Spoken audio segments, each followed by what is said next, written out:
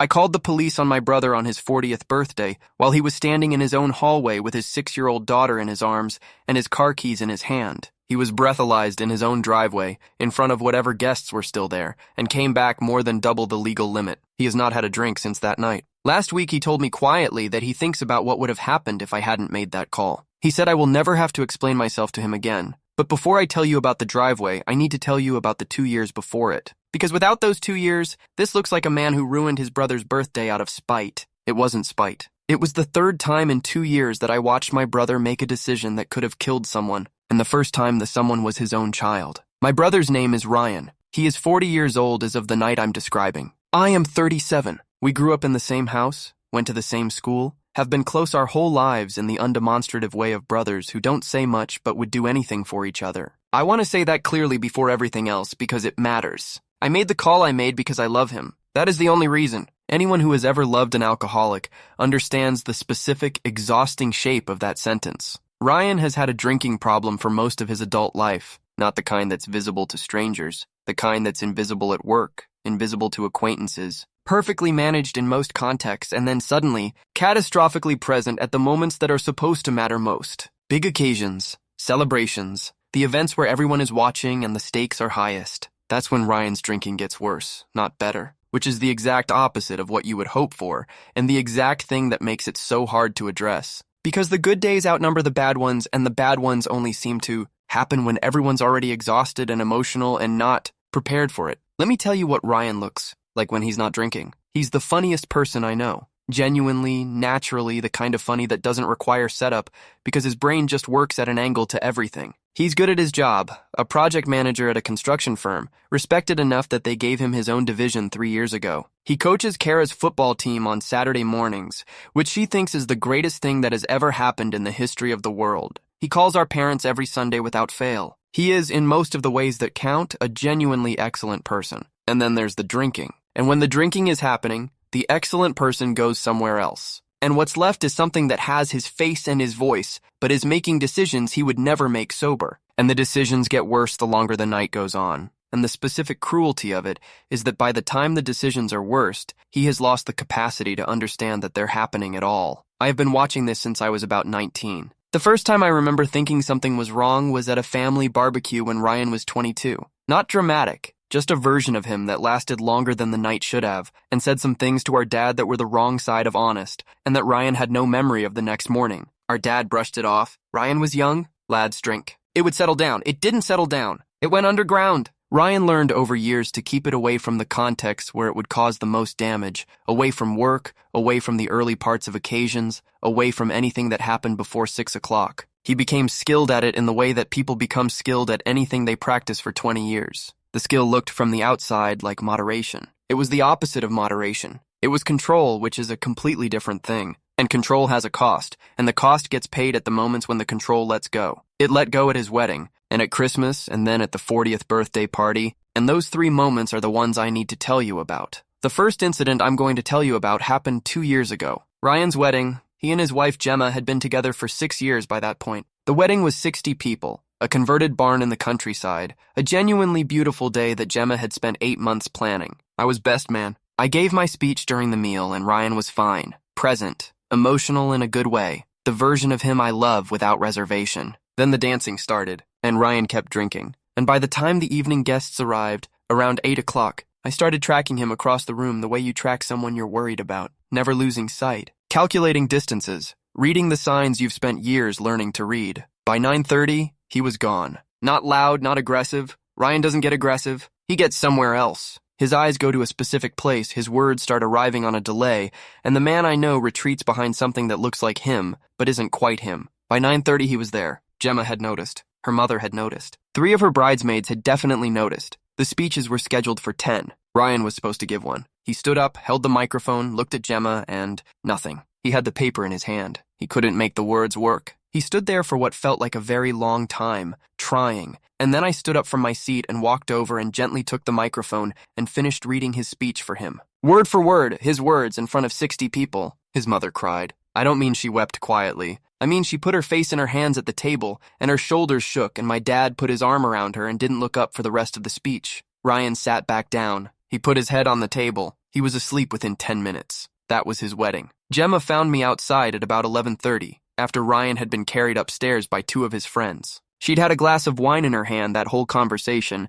and at some point I noticed she'd stopped drinking from it and was just holding it. She said, "How long has he been like this?" I said, "He has good stretches." She said, "That's not what I asked." I said, "Years." She nodded. She looked at the venue, at the lights strung around the barn, at the last few guests still dancing. She said, "I didn't know it was this bad." I said, "He hides it well until he doesn't." She said, "What do I do?" I didn't have a good answer for her. I still don't really, but that night I said, "Love him and don't cover for him. That's the best I've got." She looked at the wine glass. She set it down on the nearest table. She went back inside. The next morning I tried to talk to him about it. He said he remembered most of it. He said he was sorry, he'd gotten carried away, it wouldn't happen again. He said it the way he always said it, directly, clearly, with what seemed like genuine understanding of what had happened. I believed him. I had been believing that sentence for 15 years, and it had never once been true. But I believed him again at his wedding breakfast, while Gemma ate her food quietly at the far end of the table and didn't meet my eyes. I want to stop on the moment of believing him, because I think it's the most important thing in this story. More important than the driveway or the breathalyzer or any of what came after. Why did I keep believing him? I have thought about this a lot in the months since the birthday. Not to excuse myself. I'm not trying to excuse myself. I think I should have acted sooner, and I think that clearly, but to understand it, because I think it's the thing that trips up everyone who loves an alcoholic. The mechanism by which the problem sustains itself across years, without anyone meaning to sustain it. The answer is that in the gaps between incidents, Ryan was entirely himself. The brother I had grown up with, unchanged, present, good. Genuinely good, in ways that were real and not performed. The incidents felt like aberrations because the person producing them was someone I trusted completely 95% of the time. And when someone you trust completely tells you they understand what they did and they're sorry and it won't happen again, you believe them. You believe them not because you're naive, but because trust is an operating system, and to stop trusting someone you love requires you to override it deliberately, at significant cost, and then sit with the discomfort of having done that. The cost of believing him was smaller, in each individual moment, than the cost of stopping believing him. That's how it works. That's how it kept going. The birthday changed the calculation. When the cost of believing him one more time was Kara in a car with a drunk driver, the calculation was different. The discomfort of making the call, of watching the police car turn into the street, of standing in the driveway under the porch light, all of it smaller than the alternative. I didn't decide to stop believing him. I ran out of versions of believing him, where the consequence of being wrong was something I could live with. I hadn't yet paid that cost. I paid it on the birthday, 11 months after the wedding, Christmas. Our parents lived 40 minutes from Ryan and Gemma. We'd all been together for Christmas dinner. Parents, me and my girlfriend at the time, Ryan, Gemma, their daughter Kara, who was 5, the full occasion. Ryan drank through dinner, which everyone did, and then through the afternoon, which was less universal, and by 6 o'clock I'd done the mental calculation and thought, he's had too much to drive. I thought it. I didn't say it. I told myself Gemma would sort it out, or he'd stay over, or it would resolve itself. At 8:30 they said their goodbyes and left. Ryan drove. We found out the next morning when he mentioned it over breakfast, casually, as though reporting something neutral, that it had been slightly foggy on the way back, that Kara had fallen asleep before they'd even left the village. He set it to the table in general, reaching for the butter. My mum set her coffee cup down very carefully. Then she got up and went to the kitchen, and I heard the tap running, and it ran for a long time. I followed her in. She was standing at the sink, not doing anything, just standing there, her hands in the water, she said without turning around. He had Kara in the car. I said I knew. She said, I didn't know he was going to drive. I said I should have said something. She said, so should I. We stood there in the kitchen, together for a while, and then we went back out, and nobody said anything else about it for the rest of the day. That was the second time. I called Ryan 2 days after Christmas. He was at home, normal, sober, the version of him that made everything else feel like it must be exaggerated. I told him I needed to talk to him about the drive home. He said, I know, I shouldn't have. It was stupid. I said, Ryan, Kara was in the car. He said, I know that. I said, what would you have done if something had happened? He was quiet for a moment. Then he said, nothing happened. I said, that's not an answer. He said, I know. I'm sorry. It won't happen again. I said, Ryan. He said, I mean it this time. I said, you said that at the wedding. He was quiet again. Then he said, I know. We ended the call. I sat with my phone for a while. I thought about calling Gemma. I thought about calling my parents. I thought about what doing something would even look like, what the options were, what I actually had the standing to do. I didn't call anyone. I told myself he'd heard it this time, that the Kara in the car thing had landed in a way the wedding hadn't, because Kara hadn't been at the wedding, and maybe that was the difference. 5 months later, he told me, unprompted, that he'd cut back significantly. He said he was watching it, being more careful. He'd started going to the gym in the evenings instead of going to the pub. He seemed like he meant it. He was going to the gym twice a week. I could see it in the way he looked, and for about 4 months I thought, maybe this time. Maybe the Christmas thing was the moment. Maybe he scared himself enough. He hadn't scared himself enough. Or he had for 4 months, and then the 40th crept up on him, and the occasion was big and the control let go. And by 10 o'clock he'd knocked a full glass of red wine onto the carpet and not registered that it had happened. Told myself there wouldn't be a third time. I told myself that after the wedding too. It's what you tell yourself in the gaps between incidents, because the gaps are long enough and normal enough that telling yourself feels like a reasonable thing to do. There was a third time. Ryan's 40th birthday party. And the third time, Kara was awake. They held it at their house. Extended family, close friends, maybe 30 people at peak. Kara was there for the first part of the evening, running around in the kitchen with the other kids, getting in under everyone's feet the way 6-year-olds do at parties, deliriously happy in the way kids get when they're up past their bedtime, surrounded by adults who are in a good mood. By 9 o'clock, she was falling asleep on the sofa in the living room, surrounded by the torn wrapping paper from Ryan's presents, clutching a small stuffed rabbit she went everywhere with. I looked at her sleeping there and thought, she's fine, she's safe, she's asleep, she'll be carried up to bed soon. I went back to the kitchen. Ryan was at the counter with 3 of his friends, loud and laughing, the way he gets in the early part of a big night when everything is still working. He'd been drinking since the afternoon. I'd been watching the level the same way I'd been watching at the wedding, calculating, keeping track. By 10 o'clock, the slurring had started. The particular delivery I knew from the wedding and from Christmas and from years before those, words arriving a fraction of a second late, a slight imprecision in the movement that wasn't quite right. A glass of red wine went over at the counter. Full glass onto the carpet. Ryan looked at it and then looked away and kept talking. He didn't register it had happened. I registered it. At 10:30, Gemma found me in the kitchen. She said, "Can you watch him?" "I'm taking Kara up." I said, "Of course." She went through to the living room. I heard her pick Kara up, heard Kara murmur something half asleep, heard Gemma's feet on the stairs. I watched Ryan for the next 20 minutes. He had another drink. He was the drunkest person in the room by a distance, which at a 40th birthday party with 30 guests who'd all been drinking since 7 means something. At 11, Gemma came back downstairs and went straight to Ryan. I was close enough to hear. She said, quietly and directly, the voice of someone who had been here before and knew the exact tone required. "I'm taking Kara to bed. You should call it a night." She said it firmly. She said it the way you say something to someone, when you know they're going to resist it and you're not in the mood for the resistance. Ryan said he was just going to the petrol station for cigarettes. He reached into the bowl by the front door, the ceramic bowl where they kept keys and coins and the various detritus of daily life, and he took out his car keys. I watched him pick up those keys from across the room. I watched it happen, and something in my chest did something I don't have a clean word for.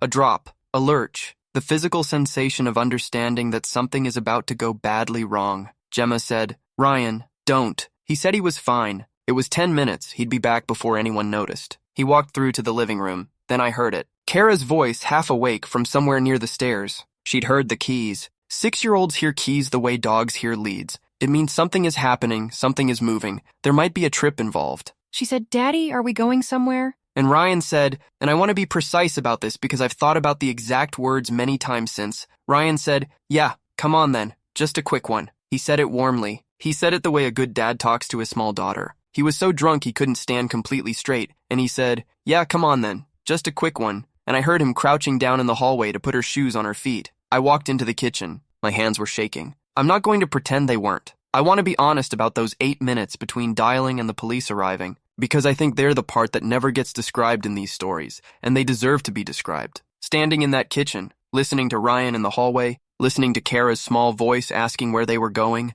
listening to Gemma's low, urgent voice trying to redirect him, I had the specific experience of knowing with complete certainty that I was doing the right thing and being absolutely terrified of doing it simultaneously, not of the consequences, not of Ryan's reaction, just terrified in the way of someone who has crossed a line they cannot uncross. I had been the person who watched and talked and called and believed him. Now I was the person who called the police. Those are different people. You can't go back to being the first one. I dialed 999. I told the operator there was a drunk driver about to get in a car with a child. I gave Ryan's address. I gave his registration number, which I knew because I'd helped him buy that car the previous year. I stood in the kitchen while I said all of it, listening to Ryan in the hallway, fumbling with the laces on Kara's shoes, listening to Kara asking him something about where they were going, listening to Gemma's voice low and urgent and Ryan's voice dismissive and still moving toward the door. I came out of the kitchen. Ryan was at the front door, Kara in his arms, keys in his hand. He saw my face and he said, "Don't," not a question. He knew what I'd done or was about to do.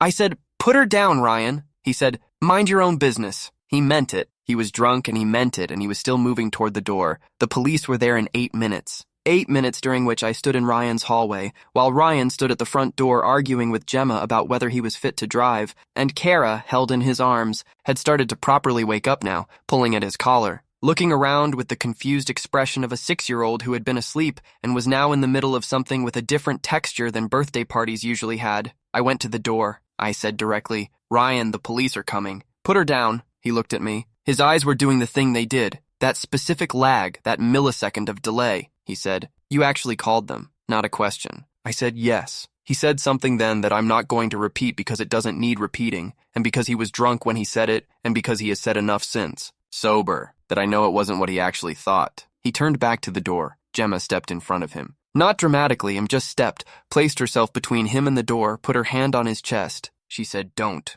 just that word. He looked at her. Something passed between them that wasn't for me to be part of. He stood there for a moment. The police car turned into the street. I saw the headlights through the frosted glass of the front door. Ryan saw them too. Gemma took Kara from his arms, smoothly, the practiced move of a woman who had been taking Kara from Ryan's arms her whole life. And Kara went to her without resistance, still half asleep, her head drooping onto Gemma's shoulder. Ryan opened the front door. He walked out into the driveway. 3 or 4 guests who had been in the kitchen came to the front door to see what was happening. I stood at the door and watched. The officers got out of the car with the practiced unhurriedness of people who have seen this kind of situation before and know that the situation is already contained. One of them introduced himself to Ryan. Ryan nodded. He wasn't running. He wasn't aggressive. He was drunk and he was standing in his own driveway on his 40th birthday, and he knew, I think in the part of him that was still capable of knowing things, exactly how this had arrived. They breathalyzed him where he stood, under the porch light in front of the guests at the door. I watched Ryan blow. I watched the officer look at the device. I watched the officer's expression, which didn't change, which was professional and steady, and then I heard the number, more than double the legal limit. Ryan looked at the reading. He didn't argue. He didn't try to explain. The officer said something to him, something calm and procedural about what would happen next, and Ryan nodded at all of it. And then he looked at the empty space where Kara had been in his arms, and his face did something I had only seen it do once before, at our father's funeral 6 years ago, when the coffin went in and Ryan put his hand over his mouth and looked at the floor. The same thing, the architecture of the face failing all at once, quietly, without warning. Gemma came out with Kara asleep against her shoulder. She looked at Ryan for a moment. She said, "I'll call you tomorrow." Then she took Kara inside. The officers spoke to me. They took my details, asked me about the evening, what I'd seen when I'd called. They were efficient and kind. One of them, on his way back to the car, said, "Good call." 2 words. He didn't elaborate. I said, "Thank you." He said, "Make sure he's got someone with him tonight." I said I would. Ryan didn't get in the car. He went back inside.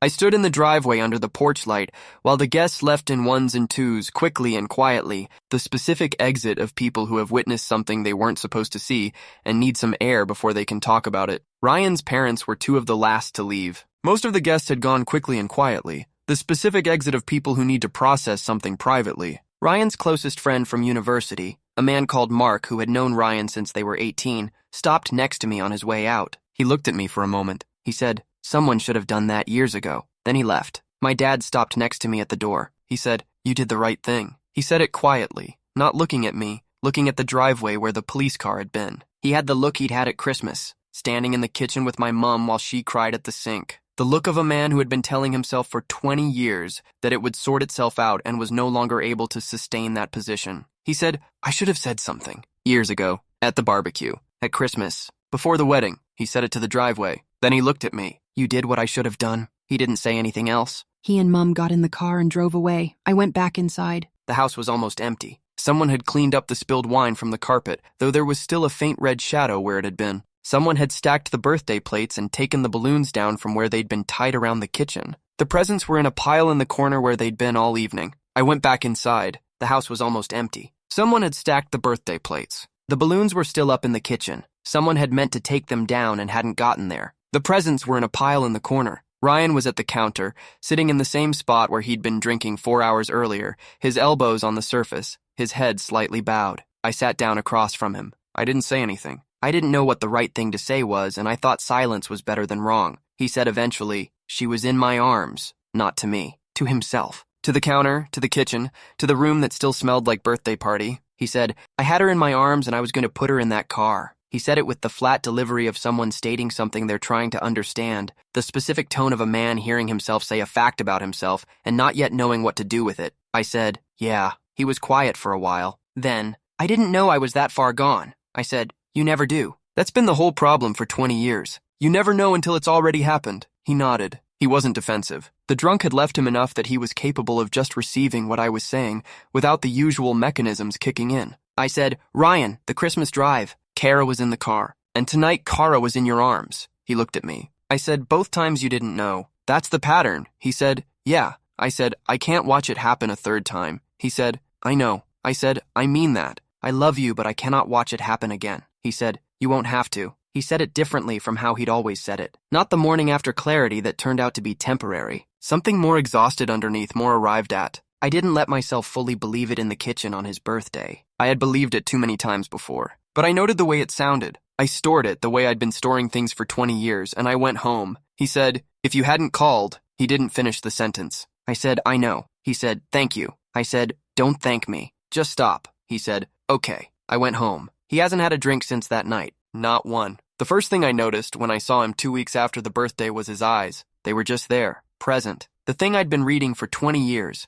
the delayed arrival, the slight absence, the sense of something running on a different frequency, it was gone. He was just Ryan. All of him, all the time, nothing held back. We were in the car park of a supermarket, and I thought, this is what he looks like when nothing is competing with him. He told me about the Thursday meetings himself, about 3 weeks after the birthday. He mentioned it the way he might mention going to the gym. Casually, matter-of-factly, not making an announcement, just including it in the information of his week. He said the group was mostly blokes his age, which he'd found surprising and somehow reassuring. He said the person running it had told him in the first session that the hardest part wasn't stopping. It was stopping yourself from starting again, and that this was the first time he'd understood something about his own drinking that he hadn't understood before. Gemma called me a month after the birthday. She said, "I need to say something to you." I said, "Okay." She said, "I was angry at you for calling the police." For about 3 days after, I was genuinely angry. I don't know what I expected you to do instead. I knew he was drunk. I knew he was going to drive. I think I expected you to stop him without making it official, without there being a record. She paused. And then I thought about Kara in his arms and the keys in his hand, and I stopped being angry. She said, "Thank you. I should have said it sooner." I said she didn't need to thank me. She said, "I know, but I wanted to. I know this because Gemma has told me, because my parents have told me, and because when I see him I can tell. Not just that he isn't drinking, but that something has settled in him. Some long-running calculation that was always working in the background has stopped running. He goes to a meeting on Thursday evenings at a church hall near his house. He told me that himself, casually, the way you tell someone something when it's become normal, rather than something you're making an announcement about. The formal process moved slower than I expected. The officers had explained what would happen, but happening in the legal sense turned out to mean letters, appointments, a court date 3 months out. The bureaucratic machinery of a thing that had occurred on a Tuesday night catching up with itself. Ryan got a solicitor. He was honest with her about everything. The wedding, the Christmas drive, the pattern, not just the birthday. He told me this when I asked how the solicitor meeting had gone. He said he'd told her everything because he figured the truth was more useful than a managed version. And because the managed version was what he'd been operating on for 20 years and he was done with it. The outcome, a ban. 12 months starting from the date of the offense. He took it without appeal. He told me it felt like the right consequence. He said he'd been given a consequence for the birthday and not for Christmas, and not for anything before Christmas, and a consequence felt more honest than getting away with it again. He took the bus to his Thursday meetings. He texted me about it once, just as information, taking the 47 to the Thursday thing. Takes about 40 minutes each way, pretty peaceful actually. I said, "Good." He said, "Yeah." That was the whole conversation. It was fine. 2 months after the birthday, Ryan called our dad. He said he wanted to talk about the drinking, not the birthday, the whole of it, going back 20 years, the barbecue and the wedding and Christmas and everything before and between. My dad told me about that call afterward, and he said Ryan had been on the phone for an hour and a half and that he'd cried twice.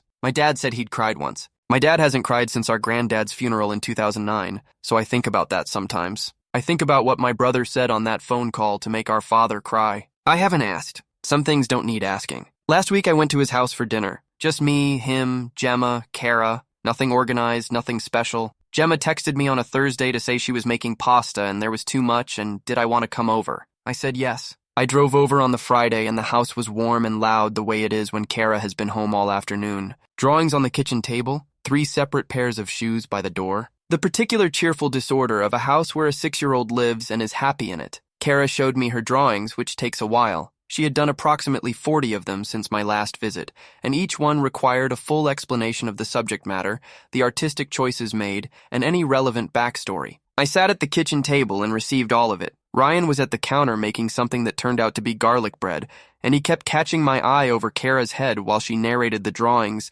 and making a face that meant, I know, I've heard them all too. It was one of the better 20 minutes I've had in a while. At some point during dinner, Kara said, Uncle Jamie, were you at Daddy's birthday? I said I was. She said, I fell asleep on the sofa. I said I knew. She said, Daddy said some policemen came to his party. She said it conversationally, between forkfuls of pasta, the way kids drop information they've absorbed without quite understanding what they've absorbed. Ryan was looking at his plate. I said, yeah, they did. She said, why? Ryan looked up. He met my eyes for a second. Then he said to Kara, because Uncle Jamie made a good decision. Kara accepted this completely, the way 6-year-olds accept things that are delivered with parental confidence, and went back to her pasta. Ryan looked at me. I gave him nothing. He gave me nothing back. It was fine. After dinner, Ryan and I did the washing up while Gemma put Kara to bed. The kitchen was quiet in the way it gets when a house that's been noisy settles down all at once. Ryan washed, I dried. We'd done it like this our whole lives. Him at the sink, me beside him. Some particular arrangement of domestic responsibility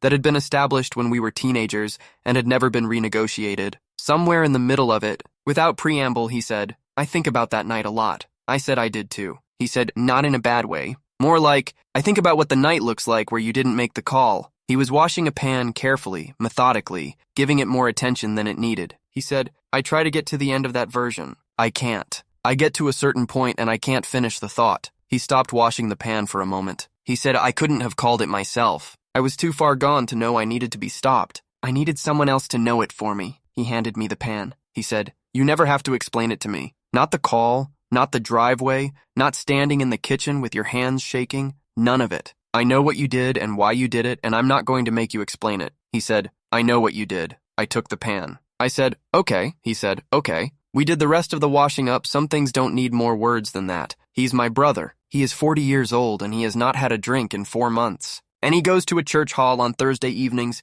and he coaches Kara's football on Saturday mornings and he washes up on Friday nights and hands things to me to dry the way he has been handing me things since we were kids. He is still the funniest person I know. He is still the person I would call first. He is, in all the ways that matter, in all the ways the drinking had been competing with for 20 years, still entirely himself. Spent 8 minutes on the phone on his birthday, and it turned out those 8 minutes were the thing we'd both needed someone to do for 20 years. I didn't. No, I would be the one to do it. I didn't feel ready. I don't think you get ready for something like that. I think you just reach a moment where the alternative to doing it is something you can no longer live with, and you do it. My hands were shaking the whole time. I'd do it again. I'd do it again without hesitation. That's the whole story. That's all of it.